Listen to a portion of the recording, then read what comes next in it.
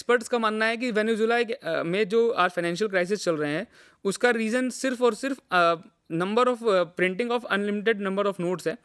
और ज़िम्बाब्वे 1990 से ही अपने इस x number of note unlimited note छापने की वजह से आज तक रिसेशन में ही जा रहा है। वहाँ पे अगर एक ब्रेड भी लेने जाना पड़ता है तो एक गड्डी नोट लेके आना पड़ता है, जैसे आज जो इंडिया में नहीं है। And second reason why RBI can not print unlimited note, that is a technical thing, that RBI has only empowered to print the number of notes equivalent to the uh, assets carried by RBI. RBI is entitled to maintain the value of money in India, how and the value of Indian rupee in the global economy. The first being that the government can only print such number of money जितने उसके पास assets हों। जैसे मैंने आपको बताया कि अगर government के पास 200 करोड़ के एसेट्स हैं, जो कि एक्चुअल में 200 करोड़ के एसेट्स हैं, जिसको वो 115 crore as a form of gold और 85 crore is in the form of foreign exchange, मतलब विदेशी मुद्रा के तौर पे कैरी करती है, वो सिर्फ 200 करोड़ के इक्विवेलेंट ही नोट छाप सकती है। अगर इससे ज़्यादा वो नोट छापती है तो हमारे देश में इन्फ्लेशन बहुत ज़्यादा बढ़ जाएगा और रुपए की वैल्यू बहुत ज़्यादा गिर जाएगी। सो इस बारे में बात करते हैं कि आरबीआई नोट छापती कैसे है। आरबीआई एक स्टैटिकल चीज़ों को फॉलो करती है, इसको एमआरएस बोलते हैं, that is minimum reserve system. उसको 1957 से अभी तक फॉलो कर रही है नोट छापने के लिए, जिसमें उस एसेट्स के बराबर के स्टैटिकल सर्वे करके एसेट्स के बराबर के ही नोट उसको छापने पड़ेंगे और उतने ही कैसे सर्कुलेट करने हैं, क्या करने हैं, वो आरबीआई की अपनी इंटरनल पॉलिसीज़ हैं। तो हमने जैसे एक प्रोमिसरी नोट की बात की जो आरबीआई के गवर्नर ने साइन किया था, उस प्रोमिसरी नोट की वैल्यू, उसका मतलब यही है कि कल के दिन हमारे देश में कुछ भी होता है, कोई भी नेचुरल क्लाइमिटीज़ आती है, कोई भी दंगे फसाद होते हैं, कुछ भी होता है, या इन्फ्लेशन हो जाता है, या रिसेशन आ जाता है, आरबीआई आपको ये इंश्योर कर रही है कि आप अगर 2000 रुपये का नोट कैरी कर रहे हो तो आपके उस नोट की वैल्यू के बराबर के एसेट आज भी आरबीआई के पास हैं। तो आपको इस बारे में टेंशन लेने की जरूरत नहीं है, ये आरबीआई पूरा इंश्योर करता है। So moving next, policy of RBI और tools of policy in monetary policy के टूल्स की बात करते हैं। There are two types of tools. First is qualitative tools and the other one is quantitative tools. So qualitative tools, as the name suggests, qualitative tools are related to the quantity and volume of the money. These are designed to control and the total money of the bank credit in the economy. इस tool के अंदर में bank RBI दो तरीके से control करती है economy को। एक है इंटरेस्ट और दूसरा है रेशोज़। इंटरेस्ट 4 तरीके के होते हैं: bank interest, repo rate, reverse repo rate and marginal standing facility. अभी हम आगे इसके बारे में बात करेंगे। और जो 2 रेशियोज़ हैं वो हैं cash reserve ratio and statutory liquidity ratio. और जो दूसरा टूल मैंने बताया था वो है क्वालिटेटिव टूल्स, और also known as selective instrument of RBI monetary policy, like rationalising of credit if it refers to the fixation of credit code for different business activity. The commercial bank can not exceed the quota limit while granting loan. मतलब एक बंदे को कितना loan देना है ये RBI decide करेगा। RBI ही अपनी इस टूल की हेल्प से आपको सुनिश्चित कर देगा कि भैया इस आदमी को आप इस तरह लोन नहीं दे सकते, वरना नीरव मोदी और विजय माल्या जैसे और केसेस हो सकते हैं। सो मूविंग नेक्स्ट, मैंने आपको 2 तरीके के रेट्स बताए थे, एक इंटरेस्ट रेट बताया था, दूसरा रेशोज़ बताया था। Interest rate are repo rate, reverse repo rate, marginal standing facility and bank rate. And other one are reserve ratios that are cash reserve and liquidity statutory liquidity ratio. एक एक करके इनके बारे में बात करते हैं। सो अगर हमें लोन चाहिए होता है तो हम बैंक के पास जाते हैं। वो बैंक कोई भी हो सकता है, चाहे स्टेट बैंक है या पंजाब नेशनल बैंक है, बैंक ऑफ बड़ौदा है, किसी के पास भी हम XYZ बैंक के पास लोन लेने जाते हैं कि बैंक मुझे लोन चाहिए। बैंक के पास नोट छापने की पावर तो है नहीं, तो बैंक भी वो लोन किसी और से लेकर आएगा।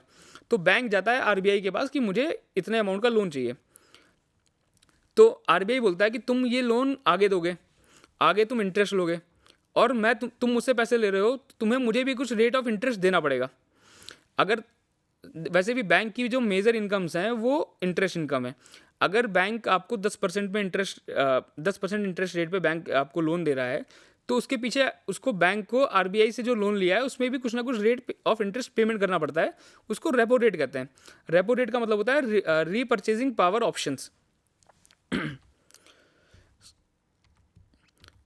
सो रेपो रेट मतलब अगर बैंक ने सेंट्रल बैंक ने कमर्शियल बैंक को 5% पे रेट दिया, पे इंटरेस्ट दिया, और फिर वो आपको आपके डिपेंड करता है कि आपकी बैंक से रिलेशन कैसा है, वो आपको कितने रेट पे इंटरेस्ट दे रहा है, ये बैंक के ऊपर है। लेकिन गवर्नमेंट ने एक रेट फिक्स कर रखा है, आरबीआई ने एक रेट फिक्स कर रखा है रेपो रेट, जिसमें वो चार्ज करता है एक इंटरेस्ट रेट बैंक से। सो दो तरीके, और दूसरा होता है रेपो रेट। आज हम सबको पता है कि 2 सैटरडे और संडे बैंक बंद रहता है, और 2 सैटरडे संडे आधे लोग वैसे भी बैंक नहीं जाते, ये सोचते हैं कि पता नहीं आज वो वाला सैटरडे तो नहीं है। तो सैटरडे और संडे का में अगर बैंक अपने पास पैसा रखेगा तो उसको कोई इंटरेस्ट मिलेगा नहीं। तो बैंक आरबीआई से बोलता है कि मैं आपको शॉर्ट टर्म पीरियड के लिए 2 दिन के लिए पैसा दे रहा हूँ, आप सैटरडे संडे अपने पास रखो, और मुझे मंडे को अगर जरूरत पड़ेगी तो मैं आपसे ले लूँगा। तो आरबीआई बोलता है ठीक है, आप मुझे दे दो। लेकिन उसमें बैंक बोलता है कि आपको मुझे इंटरेस्ट देना पड़ेगा उसमें। तो इसमें एक चीज़ ध्यान देने की है कि रिवर्स रेपो रेट का जो इंटरेस्ट रेट है जो आरबीआई बैंक को देता है, और जो रेपो रेट में इंटरेस्ट बैंक से लेता है, उन दोनों में डिफरेंस है। उसका रीज़न ये है कि जब commercial bank SBI, suppose SBI is example in this situation, SBI जब आरबीआई के पास गया कि मुझे आप इस पे उधार दे दीजिए, लोन दे दीजिए, तो इसमें एसबीआई की ज़रूरत थी, इसलिए रेपो रेट हमेशा रिवर्स रेपो रेट से ज़्यादा होगा।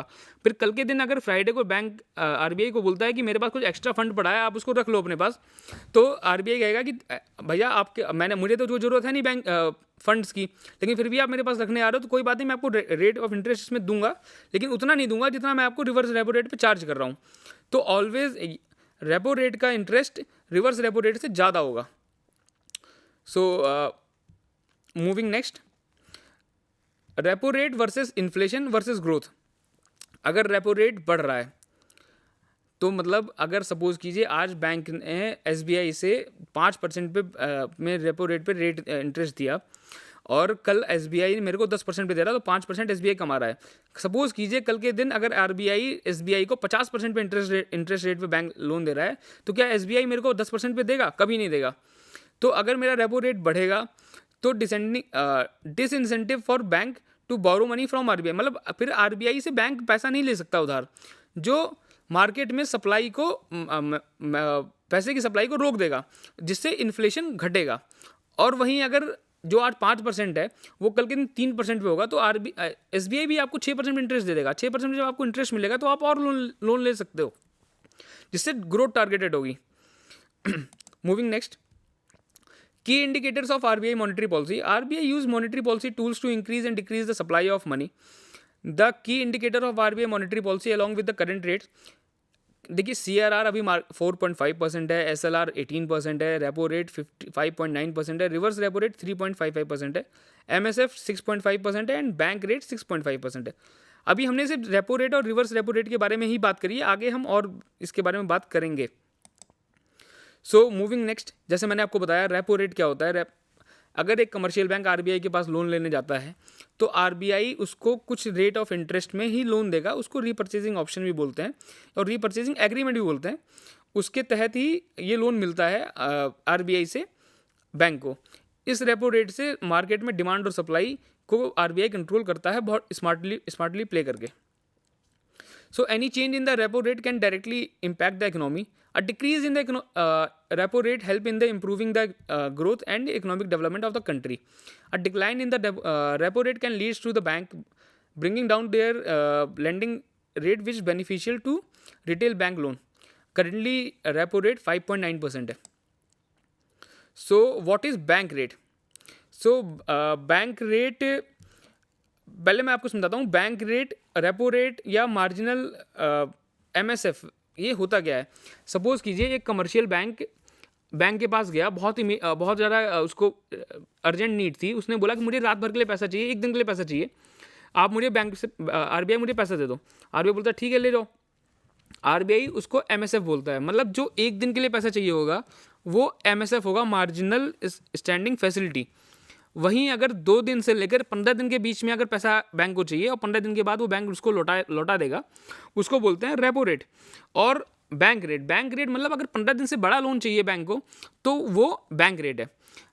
रेपो रेट और MSF ये दोनों किसी न किसी सिक्योरिटी को रखने के बाद मिलते हैं, वेयर एज बैंक रेट में कोई सिक्योरिटी रखने की जरूरत नहीं होती है, बैंक को पता है कि ये दे ही देगा पैसा। So coming on our slide, repo rate मैंने रिवर्स रेपो रेट मैंने आपको बता दिया। MSF marginal standing facility is a window for bank to borrow from the reserve bank in an emergency. भाई इमरजेंसी है, रात भर के लिए पैसा चाहिए, तो रिजर्व बैंक बोलता है ठीक है ले जाओ पैसा। ये MSF 2011-12 में लॉन्च किया था RBI ने, और ये बहुत ही ज़्यादा इमरजेंसी के केस में प्रोवाइड किया था। और अगर इसमें अर्जेंसी बहुत ज़्यादा होती है, इस वजह से MSF का रेट हमेशा रेपो रेट से ज़्यादा होगा। कभी भी आपको रेपो रेट से MSF का रेट कम नहीं मिल सकता, क्योंकि जितनी ज़्यादा अर्जेंसी उतना ज़्यादा cost. So difference between repo rate and bank rate and repo rate, the main difference of repo rate and bank rate is the number of days. 2 दिन से 15 दिन चाहिए तो रेपो रेट है, 15 दिन से ज़्यादा चाहिए तो बैंक रेट है। तो these are the two major popular rates calculated for borrowing and lending activities carried on by the commercial and central bank. These are the lending rates which the Central Bank of India lends funds to the commercial bank. ये दोनों rate RBI ही charge करता है commercial bank से, ये customer के ऊपर नहीं जाएगा। और जो हम मॉनेटरी पॉलिसी की बात कर रहे हैं वो सिर्फ RBI के पॉइंट ऑफ व्यू से कर रहे हैं। जो आपको मार्केट में लोन मिल रहा है, कितने इंटरेस्ट पे मिल रहा है, क्या मिल रहा है, उसमें मॉनेटरी पॉलिसी का कोई रोल नहीं है। ये बैंक का और आपका एक इंटरनल मैटर है। अगर आप उसके बहुत अच्छे कस्टमर हो, वो आपकी बहुत अच्छी गुडविल है, तो हो सकता है वो आपको सस्ते पे लोन दे दें। और अगर आपके बैंक से टर्म्स अच्छे नहीं है और आप बहुत ज़्यादा इंटरेक्ट बैंक से नहीं करते हो, तो फिर हो सकता है आपको थोड़ा महंगा लोन मिलेगा। It all depend on the your connection with the bank, and it doesn't involve in anything in the monetary policy. So the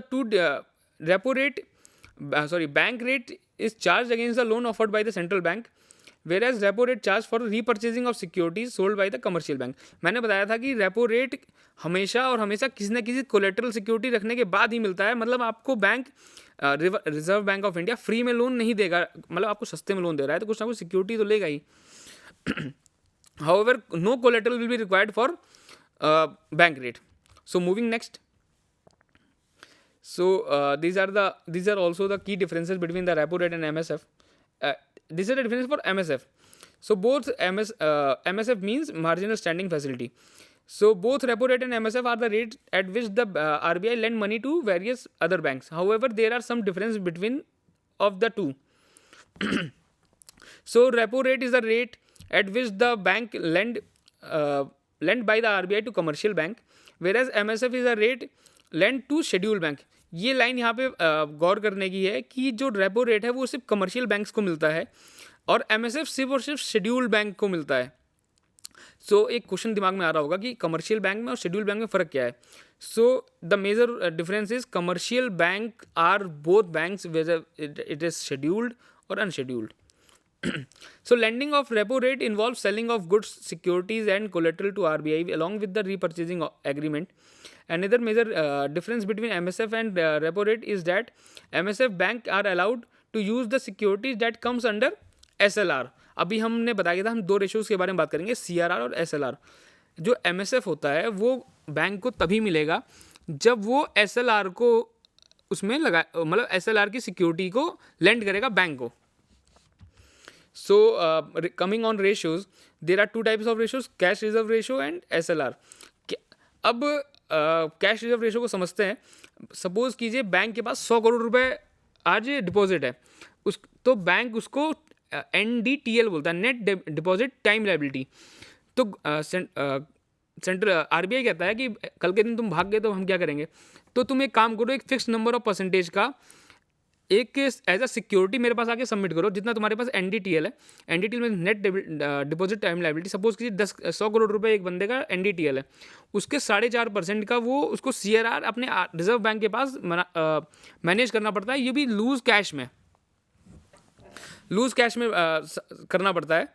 और SLR मतलब गवर्नमेंट बोलती है कि तुम 18% ऑफ टोटल NDTL का अपने पास एज अ सिक्योरिटी रखोगे, चाहे वो कैश में रखो या गोल्ड में रखो या अदर सिक्योरिटीज़ में रखो।